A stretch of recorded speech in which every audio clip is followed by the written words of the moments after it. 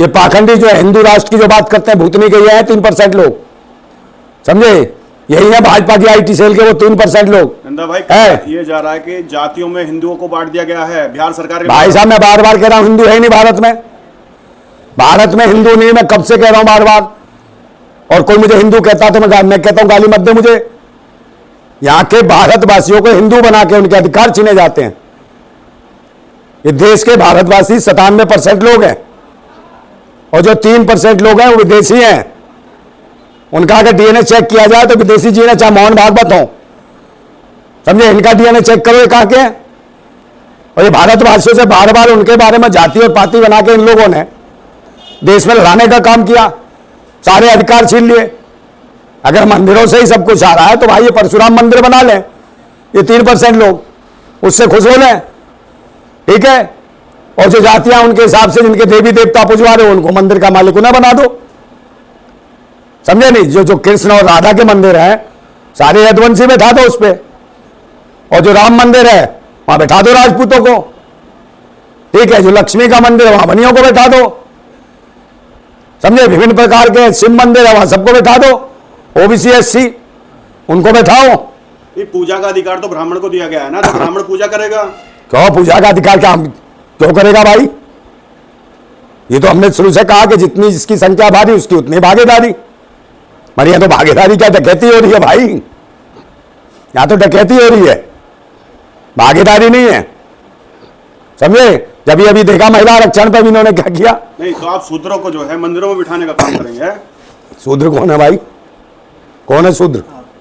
आप शूद्री तो हैं, आप मंदिरों में कैसे? ढंग से बोलो भूतनी के। मैं शूद्र नहीं हूं, शूरवीर हूं, देश का मालिक हूं, समझे? वो अगर आपको गाली दे रहे हैं तो उसको एक्सेप्ट कर लोगे क्या? वो शूद्र कहें हिंदू कहें, आप अपने को एक्सपेक्ट, हम शूद्र हैं क्या? हम शूरवीर हैं देश के। और वो भिखमंगे हमें कहते जो हमारे दयादान पे पलते रहे आज तक और आज भी पल रहे हैं, हमारे दयादान दक्षिणा पे पलते हैं। तो दयादान और भिक्षा मांगता हो कौन है ये बताओ? वो कौन है तुम मुझे बताओ ना भाई, जो दयादान भिक्षा मांगता हो कौन है? भिखारी? वो धर्म रक्षक है। अरे कहिए धर्म रक्षक नहीं है, भिखमंगे हैं, समझे? हमारे दयादान पे पलते हैं भारतवासियों के, और हमें ये बताएंगे कि हम कौन है? हम ही सारी सब चीजें करते हैं। बताओ, मुर्गी हम पालें, मुर्गे हम पालें, बकरी हम पालें, भैंस हम पालें, गाय हम पालें, खेती हम करें, समझे? रोड हम बनाएं, मकान हम बनाएं, इस देश की सारी चीज, कपड़े हम बुने, समझे? बाल हमारे लोग काटें, जितने काम है मेहनत के और जो सारी चीजें हैं, जितनी भी सुविधाएं तैयार करें वो भारतवासी करें। और खाएंगे कौन? वो पाखंडी ढोंगी गाल बजाओ है। हरे ग्रंथ में गरीब, वो हरे ग्रंथ में गरीब है, ग्रंथों में गरीब है और ग्रंथों में चमत्कार दिखाते हैं। पर आज तक मैंने नहीं देखा किसी गरीब क्या भूखे क्या कोई चमत्कार ऐसा हो गया, कोई भंडारा हो जाए कि रो रही है बच्चे भूखे मर रहे थे, कहे हे माते, कोई नहीं आया चमत्कार करने। अच्छा, जो आंकड़े आए हैं, आंकड़ों पर क्या बोलना चाहेंगे? थोड़ा आंकड़ों का क्लियरिफिकेशन। देखिए, पूरे देश के अंदर आंकड़े आने चाहिए, एक राज्य की बात नहीं, औकात पता चल गई है कि जो आंकड़े जो आए हैं 63% आबादी ओबीसी की है, समझे नहीं? और फिर उसके बाद एससी, और फिर बाकी उसके बाद तो 97% आबादी है जिनके अधिकार धर्म मजहब के नाम पे कुछ पाखंडी खा रहे हैं, समझे? ये वो खा रहे हैं जो आतंकी हैं, जो बहन बेटियों की इज्जतें लूटते हैं धर्म के नाम पे, और जो हिंदू राष्ट्र के नाम पे मूर्ख बनाते हैं। ये 3% वो लोग हैं, 97% आबादी को, समझे? ये वही लोग हैं जो पूर्व प्रधानमंत्री बीपी सिंह को हजम नहीं कर पाए, क्योंकि इन्हें लगा, इन्होंने ही नारा दिया था, जो बीपी सिंह 97% आबादी की बात करते थे, और जब वो आरक्षण दे रहे थे सबको, मंडल आयोग की कमिश्नरों को लागू किया, तो इन्हीं ने 3% वाले भिखारियों ने, पाखंडियों ने, ढोंगियों ने, ये हिंदू राष्ट्र वालों ने नारा दिया था। किसको? बीपी सिंह को कहा था। इन्होंने कहा कि राजा नहीं रंग के, देश में कलंक है। ये ऐसे ऐसे नारे देते हैं। तो आप बराबरी करना चाहते हो? कौन बराबरी है? आप कोर्ट में बैठोगे, नौकरी पाओगे? यार हम तो पाएंगे, हम इस देश के मालिक हैं, राजा है, हमारा मुल्क है, हमारा देश है, समझे? हमने अंग्रेज करेगा, भैंस कौन चराएगा? कौन? अबे हमारे चलाएंगे और हमारे शासन करेंगे, समझे? हमारे काम करेंगे सारे। जब हम खेती कर सकते हैं तो भाई किसानी कर सकते हैं, मजदूरी कर सकते हैं, तो जज भी बन सकते हैं, पढ़े लिखे लोग हैं हमारे, पढ़ रहे हैं, आगे शिक्षा में आगे जा रहे हैं, अभी क्या मिला हमारे लोगों को? कुछ नहीं मिला। शिक्षित बच्चे आज क्या कर रहे हैं? मानसिक रूप से वो डिस्टर्ब हो गए, नौकरियां नहीं मिल रही, और जो आरक्षण की जो रूपरेखा थी उसको भी खत्म कर दिया भूतनी वालों ने, और खुद ले लिया सुदामा आरक्षण। हाँ, और ये सुदामा, समझे? अब खींच देगा ये पूरा भारत का, भारतवासी तुम्हारा पजामा और लुंगी। अच्छा, कई लोगों के बयान ये आए हैं कि हिंदुओं को जो है जातियों में बांटा जा रहा है, खत्म करा जा रहा है। तो भाई तू बार बार शब्द गलत मत कह, हिंदू है ही नहीं। हिंदू का मतलब होता गुलाम, हिजड़ा, निकम्मा, नकारा, और बार बार ये गालियां देते हैं। आपको यह नहीं पता होगा कि भाई पिछले समय में ओबीसी में किसको डाला सन 2008 में सुप्रीम कोर्ट में? एक जाति और थी, ये जाति नहीं थी। आप उसे कह सकते हो आप विकसित आदमी, समझे? जिनको किन्नर समाज को ओबीसी में डाला गया। तो ऐसी ऐसी हरकतें ये लोग कर चुके हैं। इन्होंने कहा कि जो पिछले समाज का वही हिजड़ा, पिछड़ा ही हिजड़ा। ये ऐसी ऐसी चीजें, ऐसे ऐसे तमके हमें दिए सुप्रीम कोर्ट के माध्यम से, और हम चिल्लाते रहे। पिछले हम इतने सालों से, कितने समय से लगे, लालू जी लगे रहे, मान्यवर काशीराम लगे रहे, ठीक है, बाबा साहब ये सब चीजें तैयार करके गए कि भारतवासियों के अधिकार मिले। कितने ऐसे नेता रहे जो लड़ते रहे? लालू प्रसाद यादव लड़े, मुलायम सिंह लड़े, लल्लन सिंह लड़े यादव, समझे, रामस्वरूप वर्मा लड़े, और पेरियार को कौन भूल सकता है? पेरियार ने कहा, उन्होंने, पेरियार स्वामी ने, रामास्वामी ने, कि पाखंड के खिलाफ अलग जगाओ अगर आपके अधिकार चाहिए। और यही स्टालिन ने कहा, और स्टालिन के ऊपर मुकदमे झोंक दिए इन्होंने, समझे? तो स्टालिन ने क्या गलत करा? तो जितने लोग जो संविधान के प्रति जागरूक हैं और इस भारत के प्रति भारतवासी जागरूक है, मैं बार बार कहता रहा कि हम भारतवासी, हम भारतवासी हैं, और फिर कह रहा हूं ये भारत हमारा है। 97% की आबादी का भारत है। बिहार सरकार को क्या कहना चाहेंगे? जातिगत जनगणना लेके आई है और राज्यों में भी मांग करेंगे आप? भाई पूरे देश में होनी चाहिए, इन्हें पता तो चले कि इनकी औकात क्या है।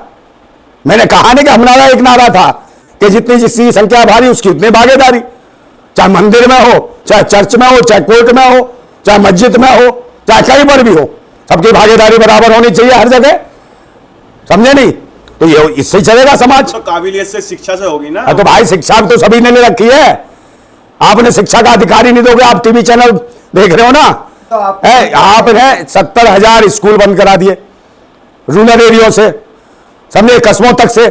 किसके बच्चे पढ़ेंगे? किसान के, मजदूर के, गरीब के, मुसलमान के बच्चे हैं, अल्पसंख्यक के बच्चे, मंत्र इन सब के मंत्र पढ़ लेंगे आप? अबे हमें मंत्रों की जरूरत, आपको मंत्रों क्या जरूरत है? मैं तो एक ताबीज बना दूं, एक ताबीज में भूत प्रेत सब गायब कर देता हूं, क्रांतिकारी आदमी हूं। जब आपको मंत्र नहीं आते हैं तो मंदिर में कैसे कब्जा करेंगे? तो मंत्र कौन से? मेरे पास मंत्र है, ये का भी जवाब देना, मैं उसका जवाब दे दूंगा। कितने पढ़े लिखे हैं? उल्ली चुल्ली मुल्ली गुल्ली बुल्ली, एक नया मंत्र दे रहा हूं, समझ गया? हाँ, इसका तू बता दे कौन सा मंत्र है? ये मेरा मंत्र है। ये अधिकार ब्राह्मणों के पास है, ब्राह्मणों के पास ही रहेगा। अबे तो इसका ही बताने मतलब मैंने दे तो दिया, कभी भी आके पूछ रहे हुबिल्ली उल्ली चुल्ली पुल्ली पुल्ली, बता, रात भर सोचता रहेगा, समझे? हमारा पैसे पहले वाले हैं इस भारत में, संस्कृतियां बहुत तैयार की हैं। इस भारत की संस्कृति को नष्ट किया इन पाखंडियों ने, ढोंगियों ने, जो धर्म के नाम पर देश के लोगों को लूटा। उन्हीं का खाया उन्हें नीच बताया इन्होंने। ये जिनका खाते हैं उन्हें नीच बताते हैं।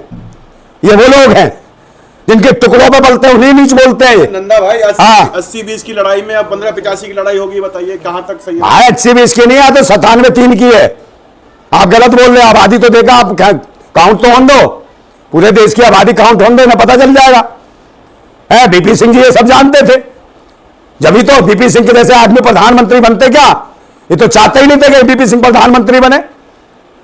जब इन्होंने 85% ने पूरे देश की बात करी, भारतवासियों की 97% आबादी की बात करी माननीय बीपी सिंह ने, तब वो प्रधानमंत्री बने। और जब वो मंडल आयोग कमिश्नर की सारी रिपोर्टें लागू करी गई, आज वाला अल्पसंख्यक जो आयोग बना, पिछड़ों के लिए तैयारी करी, जो आरक्षण मिला था पिछड़ों को भी 27% के अंदर दे रहे थे, वो किसने दिया?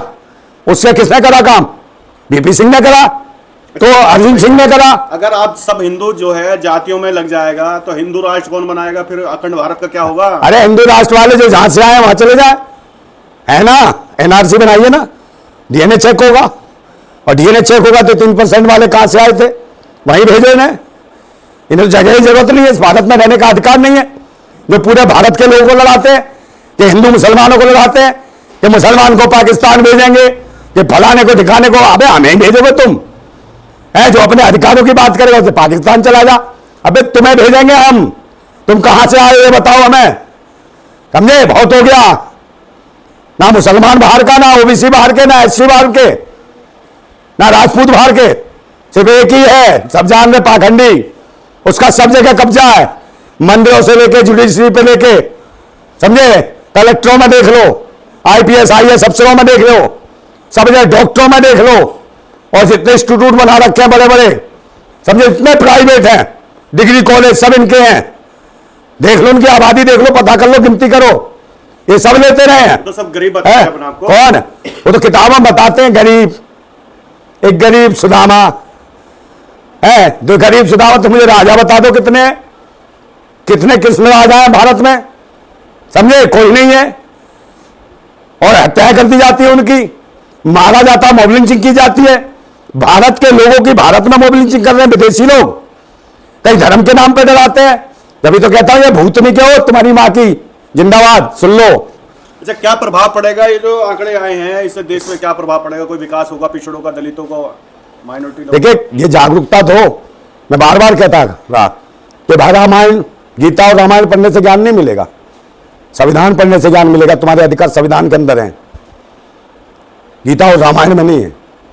गीता और रामायण पढ़ने से किसका फायदा होना है, ये सोच लीजिए आप। अगर फायदा होगा तो आपका संविधान, और बार बार इस संविधान पर अटैक कर रहे हैं लोग, पाखंडी बार बार संविधान को बदलने की बात करते हैं।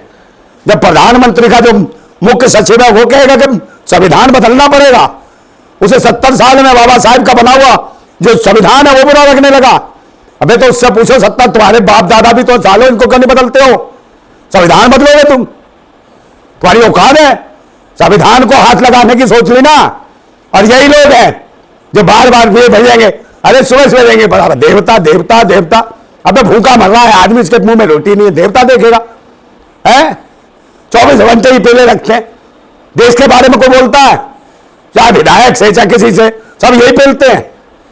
धर्म मजहब की पोस्ट है, पर कोई ये नहीं पूछता कि भाई कोई भूखा है, किसी घर में रोटी मिली कि नहीं मिली। अच्छा, कोई ऐसी पोस्ट डालता है? नहीं डालता। क्या कहना चाहेंगे बिहार की सरकार को, नीतीश कुमार को, तेजस्वी यादव को, क्या कहना चाहेंगे? भाई मैं बधाई देना चाहता हूं कि इनसे सीखें, तेजस्वी यादव से, नीतीश कुमार से, इनसे सीखें, बिहार की सरकार से सीखें। और सरकारें भी जिन जिन राज्यों में वो भी अपनी जाति जनगणना कराएं और जल्दी कराएं।